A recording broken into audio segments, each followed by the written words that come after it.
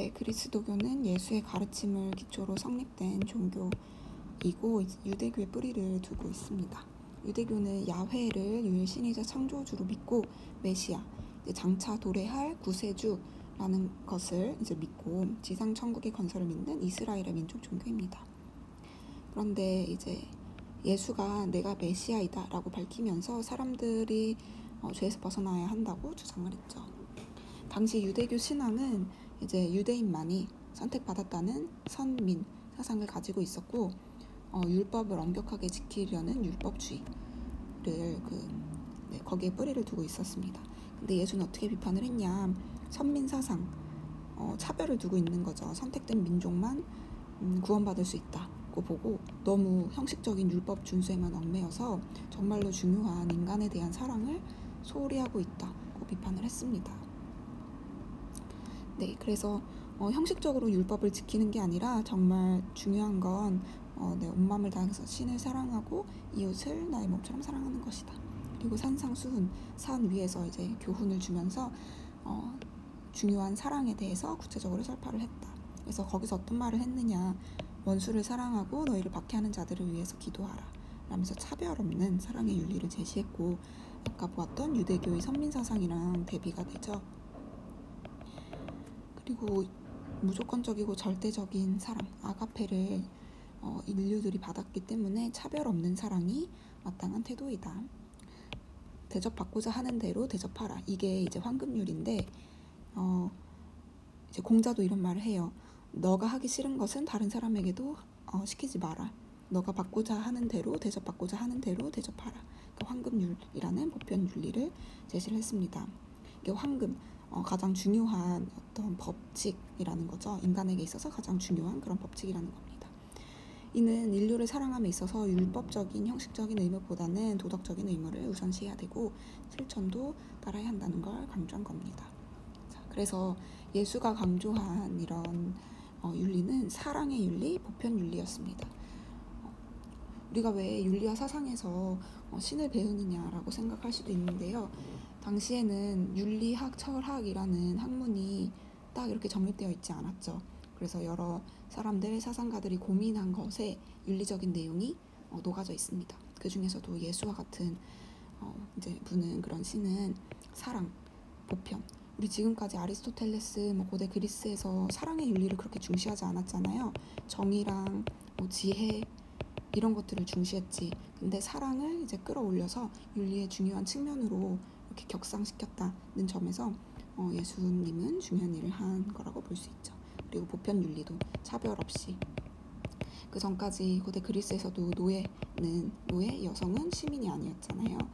그런데 예수는 이런 사람들까지도 차별 없이 너의 이웃이기 때문에 사랑해야 한다라고 말하면서 보편 윤리를 주장했다. 그래서 우리 인류의 생각을 이전과는 다른 방식으로 옮겨놓았다는 점에서 사상사에서 중요한 위치를 차지합니다. 그런데 이렇게 좋은 이런 여러 가지 말씀들을 하셨는데 초창기에 그리스도교는 통일된 교리를 갖추지 못했어요. 그리고 다신교가 지배적이었던 헬레니즘 문화권, 그리스 문화권입니다. 거기로 전파되는 과정에서 어려움을 겪었죠. 왜냐하면 그리스도교는 유일신 사상이니까, 신은 한 명이라고 믿는 사상이니까. 그런데 로마에서 그리스도교가 공인된 이후에 중세에 이런 사람들이 교리를 체계화해서 점차 세계적인 종교로 발전하게 되었다.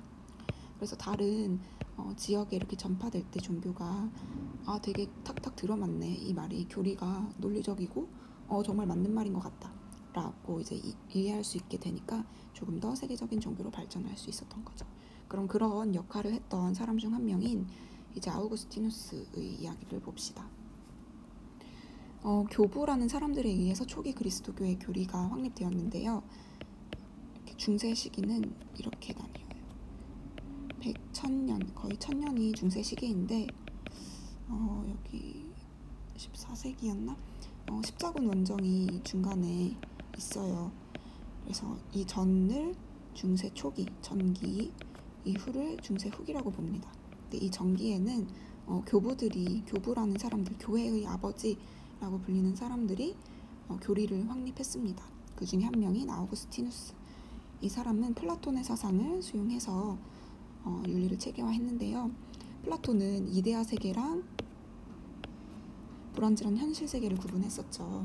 이런 이제 플라톤의 의견에 영향을 받아서 아우구스티누스는 완전한 이데아 세계와 같은 천상의 세계, 그리고 유한한 지상의 세계를 구분합니다. 그리고 우리가 사랑해야 되는 건 선의 이데아와 같은 존재인 영원하고 완전한 존재인 신을 사랑해야 한다. 그래서 이 지문 누가 말한 건지 잘 보세요. 이거 헷갈릴 만합니다. 행복이 더는 선할 수 없는 가장 선한 것으로 구성된다면 최고선이라고 부른다. 최고선이라는 말은 아리스토텔레스가 한 말이잖아요. 그래서 이거 보면 왠지 아리스토텔레스의 사상을 바탕으로 그것을 바탕으로 신앙을 체계화했으니까 뒤에 나온 아퀴나스의 지문인 것 같다라고 생각할 수 있는데 그렇지 않습니다. 뒤에를 더 보세요. 최고선에 도달하지 못한 사람을 어떻게 행복하다고 할 수 있는가? 우리가 지닌 모든 선한 것들의 완전함, 그리고 우리의 완전한 선의 이데아와 같은 것은 바로 신이다. 이제 우리는 무엇을 얼마나 사랑해야 하는지 들었다. 반드시 이것을 추구해야 하고 이것에 맞추어 우리의 모든 계획을 세워나가야 한다. 아우구스티누스가 한 말입니다. 이걸 보고 알면 돼요. 완전 선한 것들의 완전함, 선한 여러 가지 가치들, 여러 가지 이데아들 중에서도 가장 완전하고 최고의 이데아, 최고의 선, 완전한 선이 바로 신이다. 이렇게 플라톤의 사상을 이렇게 적용을 시킨 거죠. 그러면 신은 최고선이고 신을 사랑하는 사람은 이런 최고선을 사랑하면 악에 빠지지 않고 선을 실현할 수 있다. 참된 행복에도 이룰 수 있고. 그래서 믿음, 소망, 사랑이라는 종교적인 덕 중에서 사랑을 최고의 덕으로 보았다. 신을 사랑하는 것이 가장 중요한 거니까. 그리고 플라톤이 강조한 절제, 용기, 지혜의 사주적도 가장 중요한 게 사랑이기 때문에 사랑의 또 다른 버전이다. 다른 표현이다. 그래서 여기가 중요합니다. 절제, 용기, 정의, 지혜라는 사주덕은 신을 지향하는 데 필요한 것이 무엇인가를 분별할 줄 아는 사랑이다. 즉 사랑의 다른 표현이다. 가장 중요한 게 사랑이에요. 이 사랑으로부터 절제라는 덕도 나오는 거고 용기라는 덕도 나오는 거고 지혜라는 덕도 나오는 겁니다. 자, 이번에는 조명론이라는 게 뭔지 보도록 합시다. 이렇게 지금 이 그림을 보면 지금 이게 태양처럼 보이죠? 태양의 빛이 이렇게 인간의 머리에 이렇게 들어와서 이렇게 뭔가를 가지고 있어요. 이게 뭐냐면 신의 빛이 마치 조명처럼 인간의 이성에 비추어서 인간에 비추었을 때 인간은 무언가 진리를 깨달을 수 있다. 이게 없으면 인간 혼자서는 진리를 깨달을 수 없다라고 본 겁니다. 자, 그럼 읽어볼게요. 어떤 대상이 지각되기 전에 빛에 의해서 눈에 보여야 하는 것처럼 학문적인 진리도 정신에 의해 파악되기 전에 빛에 의해서 인식 가능한 것으로 되어야 한다. 태양이 우리 그 플라톤의 동굴에 비유해서 태양이 모든 다른 바깥 이제 세계, 동굴밖 세계의 모든 다른 나무, 새, 어떤 물건들 그런 것들을 비춰서 우리 눈에 보이게 하는 것처럼 태양이 사물을 보이게 만드는 빛의 원천인 것처럼 신은 지성적인 지식을 정신에 인식 가능한 것으로 만드는 정신적 빛의 원천이다. 빛의 원천이다. 신이 진리의 원천이다. 신의 빛이 없으면 진리를 알 수 없다라고 이야기한 겁니다. 자, 그래서 차이점이 있죠. 고대 그리스 사상가들은 이성으로 진리를 인식할 수 있다고 봤지만 인간이 유한하기 때문에 아우구스티누스는 이성만으로는 진리 그 자체를 온전히 인식할 수 없다라고 보았습니다. 네, 그래서 인간이 진리를 인식하려면 우리 영혼의 신의 조명이 이렇게 비춰져야 한다고 주장을 한 거죠. 그래서 아우구스티누스의 입장을 뭐라고 이야기하느냐. 이성에 대한 신앙의 우위. 일단 믿어야 합니다. 신앙을 가지고 있어야 됩니다. 그래야지 신의 빛이 이렇게 조명처럼 우리에게 비춰집니다. 이성만으로는 진리를 얻을 수 없고 이성 위에 신앙이 이렇게 있는 겁니다. 믿을 때 그때 비로소 신의 빛이 비춰지고 그럴 때 이제 진리를 이성을 통해 인식할 수 있다. 이성 혼자만으로는 인식할 수 없다 라고 표현이 되는 거죠. 네, 여기도 마찬가지 이야기입니다. 인간의 노력으로는 신을 온전히 사랑할 수 없다. 아까 전에 사랑이라는 종교적인 덕, 믿음, 소망, 사랑이라는 종교적인 덕 중에 사랑이 가장 중요하다. 신을 사랑해야 하기 때문에. 근데 이렇게 중요한 사랑을 인간 혼자만으로는 할 수 없다. 왜냐? 최초의 인간 아담이 나한테 부여된 자유의지를 마구 써서 원죄를 가졌기 때문이다. 그래서 불완전한 인간이기 때문에 온전히 사랑하는 것은 불가능하다. 자, 여기서 또 중요한 건 원죄라는 말인데요. 이제 죄가 악이라는 말입니다. 악은 어디서 왔느냐? 자유의지를 남용함으로써 왔다. 자유의지는 인간의 자유의지입니다. 신이 인간에게 자유의지를 부여했어요. 그래서 인간은 선한 것을 선택할 수도 있고 악한 것을 선택할 수도 있습니다. 여전히 그렇습니다. 그런데 최초의 인간이 악한 것, 선악과를 따먹었죠. 이렇게 어디 있죠? 여기 잘 안 보이네요. 선악과를 따먹어서 악을 갖게 되었어요. 즉 원죄를 갖게 된 겁니다. 그러면 이러한 악은 인간의 자유의지에서 비롯된 것이지 신에게서 악이 바로 나온 것은 아닙니다. 신은 왜냐하면 완전한 선이기 때문이죠. 그런데 여기서 또 한 가지 봐야 될 것은 선에서부터 선이 있기 때문에 악이 있는 겁니다. 파생. 이렇게, 좀 부차적으로 생겨난 게 악이다 라고 이제 이야기를 하는 거죠. 그래서 선이 없다면, 선이 부재하다면 악도 부재합니다. 왜냐하면 선이라는 것은 악이라는 것은 그 자체로 실제를 갖지 않아요. 다만 선이 있기 때문에 선의 결여가 있을 때 악이 이제 존재하는 것이기 때문이죠. 선이 부재하는 것과 선이 결여되는 것은 아예 다릅니다. 선이 부재한다는 것은 아예 선 자체가 없는 거예요. 그럴 때는 선에서 파생되는 악도 없습니다. 그런데 선이 있기는 한데 조금 결여되어 있어요. 한 반 정도 있고 반은 결여되어 있어요. 그러면 이 부분이 지금 악이라는 겁니다. 선이 없는 것이 악인 거예요. 자, 이렇게 이해를 해주면 됩니다. 네, 그러면 이러한 죄악, 원죄로부터 어떻게 구원받을 수 있느냐? 인간 스스로는 구원받을 수 없다. 신의 은총에 의해서 구원받을 수 있다 라고 이야기를 하는데요.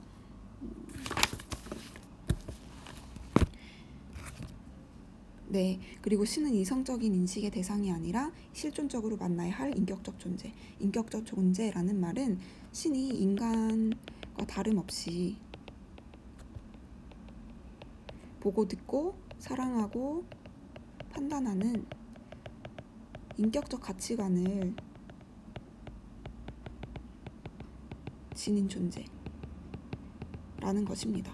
그래서 신은 나쁘고 좋은 것, 선하고 악한 것, 다른 사람이 착한 일을 인간이 이웃을 돕고 사랑하고 이런 모습을 보면 인간을 돕는다. 하늘은 스스로 돕는 자를 돕는다. 이런 말도 있죠. 그런 인격적인 존재입니다. 아름다운 것을 좋아하고 사랑하고 판단하는 그런 인간처럼 그런 존재입니다. 신은 그런 인격적인 존재이기 때문에 이성으로 신은 이렇게 해서 존재한다. 신은 이러한 존재이다라고 이성으로 판단하는 게 아니라 오직 어떻게 다가갈 수 있냐면 신앙을 통해서 돌아갈 수 있다. 신한테 돌아갈 수 있다. 귀의할 수 있다 라고 보았습니다. 그래서 아우구스티누스는 신을 온전히 사랑하고 이웃을 사랑 중요하죠. 사랑할 수 있는 길은 오직 이성 하나만이 아니라 신앙을 통해서 신과 하나 되는 것, 그것이 방법이다. 그럴 때 진짜 행복을 누릴 수 있다 라고 이야기를 했습니다. 자, 이렇게 아우구스티누스는 플라톤의 사상을 바탕으로 그리스도교를 설명을 했죠. 그런데도 플라톤은 인간의 이성으로 이데아 세계를 감각하고 이데아 세계를 인식할 수 있다라고 봤는데 아우구스티누스는 이성만으로는 불충분하다. 그리고 인간의 의지도 완전하지 않다. 인간의 의지는 자유의지이긴 한데 악한 것을 이미 선택했지 않느냐. 완벽한 의지가 아니다. 완벽한 이성이 아니다. 한계를 밝히고 신과 사랑을 중심으로 한 윤리사상을 정립했습니다. 그래서 이후에 이렇게 체계화시켰기 때문에 그리스도교 사상이 유럽으로 확산되는데 크게 기여했습니다. 자, 그리고 향유와 사용의 대상이라는 것을 봅시다. 우리 아우구스티누스에게 있어서 사랑이라는 개념이 중요했던 걸 알 수 있었죠. 그럼 이 사랑에는 모두 다 같은 사랑만 있을까? 그렇지 않다. 향유, 대상이다라는 사랑과 사용이라는 사랑이 있다. 어떻게 다른지 한번 봅시다. 대상 자체를 그 자체를 목적으로 사랑하는 향유가 있고, 어떤 대상을 다른 대상 목적을 위한 수단으로 사랑하는 사용이 있습니다. 인간을 중심으로 해서 인간보다 위에 있는 것들, 즉 정신적인 것, 신과 같은 것은 향유, 이 자체를 사랑하는 향유를 해야 되고, 인간을 중심으로 인간보다 하위에 있는 동식물, 물질적인 것은 이 자체를 사랑하는 게 아니라 이것을 더 상위의 목적을 위해서 사랑하는 사용을 해야 한다라고, 수단으로서만 사랑해야 한다는 사용을 해야 한다고 보았습니다. 자, 네, 그러면 신은 어떤 존재일까요? 향유의 대상일까요? 아니면 사용의 대상일까요? 네, 인간보다 상위에 있는 것이니까 그 자체를 사랑하는, 신 그 자체를 사랑하는 향유의 대상입니다. 네, 이렇게 교과서로 보고 이번엔 학습지로 정리해 보도록 합시다. 네, 그리스도교가 어떻게 발전을 했느냐, 어떻게 성립되었느냐 보도록 합시다. 먼저 유대교를 비판하면서 등장했죠. 유대교는 이제 좀 더 예전에 성서만 인정한다. 그래서 유대교에서 예수란 종교적인 인격자, 사람이다. 신이 아니라 사람이다.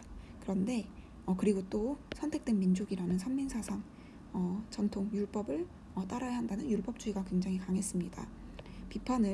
이랬더니 비판을 받았죠. 너네 민족만 구원받을 수 있다고 믿으니까 배타적이다. 이거 배척한다. 타인을.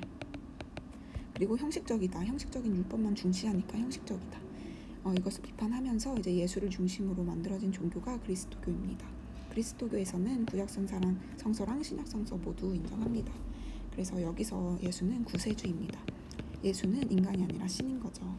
그래서 차별 없는 사랑 중시했고요. 선민사상에 이제 대비되는 거죠. 그리고 신 앞에서 모두가 평등하다라고 생각을 했습니다. 그리고 이런 그리스도교 안에 천주교, 성당, 개신교, 교회, 동방교회, 외국에 있는 동방교회 같은 것들이 포함됩니다. 중세시대에는 문화랑 전통 중에서 신을 중시하는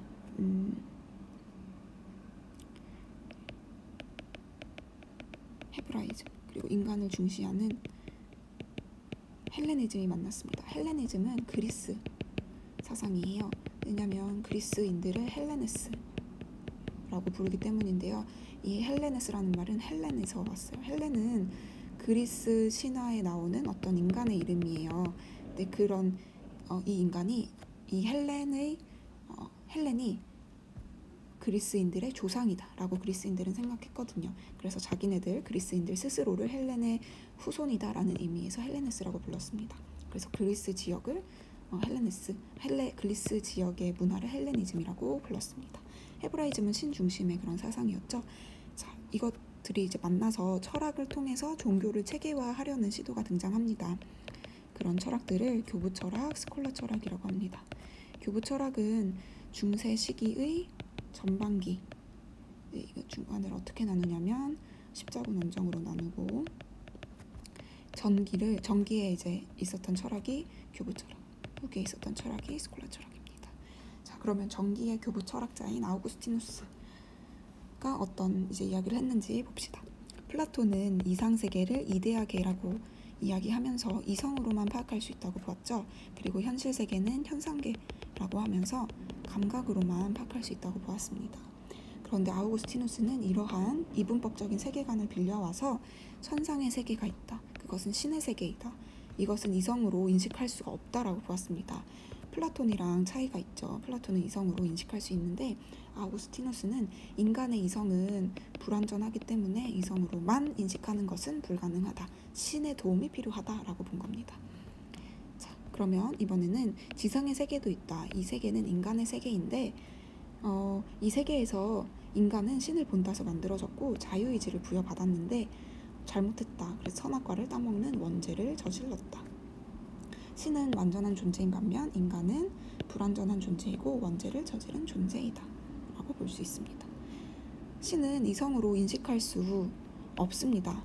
대신에 어떻게 만나야 할까요?